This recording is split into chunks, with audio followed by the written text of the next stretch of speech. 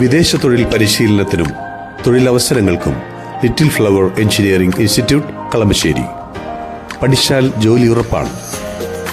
തൃണമൂൽ കോൺഗ്രസ് നേതാവ് അഭിഷേക് ബാനർജിക്ക് നേരെ പശ്ചിമബംഗാളിലുണ്ടായ ക്രൂരമായ ആക്രമണം ഈ രാജ്യത്തെ ഫാസിസ്റ്റ് വിരുദ്ധ പോരാട്ടങ്ങൾക്ക് പുതിയൊരു ദിശാബോധം നൽകിയിരിക്കുകയാണ്.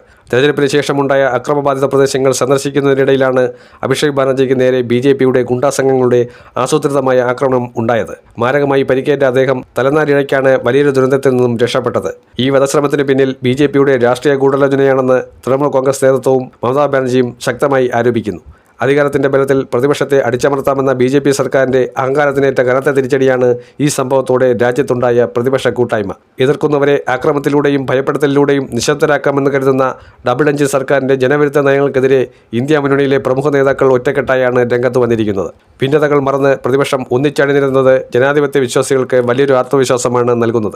ഒരു പ്രമുഖ പ്രതിപക്ഷ നേതാവിന് നേരെ സ്വന്തം സംസ്ഥാനത്ത് വെച്ച് ഇത്തരമൊരു ആക്രമണം നടന്നിട്ടും ആവശ്യമായ സുരക്ഷ ഒരുക്കുന്നതിൽ സംസ്ഥാന ഭരണകൂടവും പോലീസും പരാജയപ്പെട്ടുവെന്ന് കോൺഗ്രസ് അധ്യക്ഷൻ മല്ലികാർജ്ജുൻ ഖാർഗെ കടുത്ത ഭാഷയിലാണ് വിമർശിച്ചത്. ഇത് കേവലം ഒരു ആക്രമണമല്ലെന്നും ജനാധിപത്യത്തെ തകർക്കാൻ BJP നടത്തുന്ന ആസൂത്രിത ശ്രമങ്ങളുടെ ഭാഗമാണെന്നും അദ്ദേഹം കുറ്റപ്പെടുത്തി. രാജ്യത്ത് ഭയത്തിന്റെ അന്തരീക്ഷം സൃഷ്ടിച്ച് ജനങ്ങളെ വിഭജിക്കാനാണ് കേന്ദ്ര ഭരണകക്ഷിയായ BJP ശ്രമിക്കുന്നതെന്ന് സമാജ്വാദി പാർട്ടി അധ്യക്ഷൻ അഖിലേഷ് യാദവും പറഞ്ഞു. ഈ അക്രമ രാഷ്ട്രീയത്തിനെതിരെ അതിരൂക്ഷമായ ഭാഷയിലാണ് അദ്ദേഹം പ്രതികരിച്ചത്.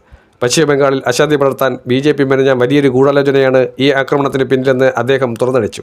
BJPക്ക് അറിയാവുന്നത് വെറുപ്പിന്റെയും അക്രമത്തിന്റെയും രാഷ്ട്രീയം മാത്രമാണെന്നും അവർ ജനങ്ങളുടെ ജീവനും സ്വത്തിനും ഭീഷണിയായി മാറിയിരിക്കുകയാണെന്നും അദ്ദേഹം വ്യക്തമാക്കി. സമാനമായ രീതിയിൽ തന്നെ ആം ആദ്മി പാർട്ടി നേതാവ് അരവിന്ദ് കെജ്രിവാളും രാജ്യത്തെ ക്രമസമാധാന നില തകർന്നതിനെതിരെയും BJPയുടെ ഗുണ്ടാ രാഷ്ട്രീയത്തിനെതിരെയും അതിശക്തമായ പ്രതിഷേധം രേഖപ്പെടുത്തി. BJP സർക്കാരുകളുടെ വികസന അവകാശവാദങ്ങൾ വെറും പൊള്ളയാണെന്നും പ്രതിപക്ഷത്തെ ഇല്ലായ്മ ചെയ്യുക എന്നത് മാത്രമാണ് അവരുടെ ലക്ഷ്യമെന്നും ഈ നേതാക്കളുടെ പ്രതികരണങ്ങൾ അടിവരയിട്ട് പറയുന്നു. രാഷ്ട്രീയമായി ഏറെ നിർണായകമായ ഒരു ഘട്ടത്തിലാണ് പ്രതിപക്ഷത്തിന്റെ ഈ അസാധാരണമായ ഒരുമിക്കൽ ഉണ്ടായിരിക്കുന്നത്. മുൻപ് തെരഞ്ഞെടുപ്പ് വേളകളിൽ ഇന്ത്യ മുന്നണിയുമായി താൽക്കാലികമായി അകലം പാലിക്കുകയും ബംഗാളിൽ ഒറ്റയ്ക്ക് മത്സരിക്കാൻ തീരുമാനിക്കുകയും ചെയ്ത മമതാ ബാനർജിയെ BJPയുടെ ഈ കിരാത നടപടി പ്രതിപക്ഷ നിരയിലേക്ക് കൂടുതൽ ശക്തമായി അടുപ്പിച്ചിരിക്കുകയാണ്.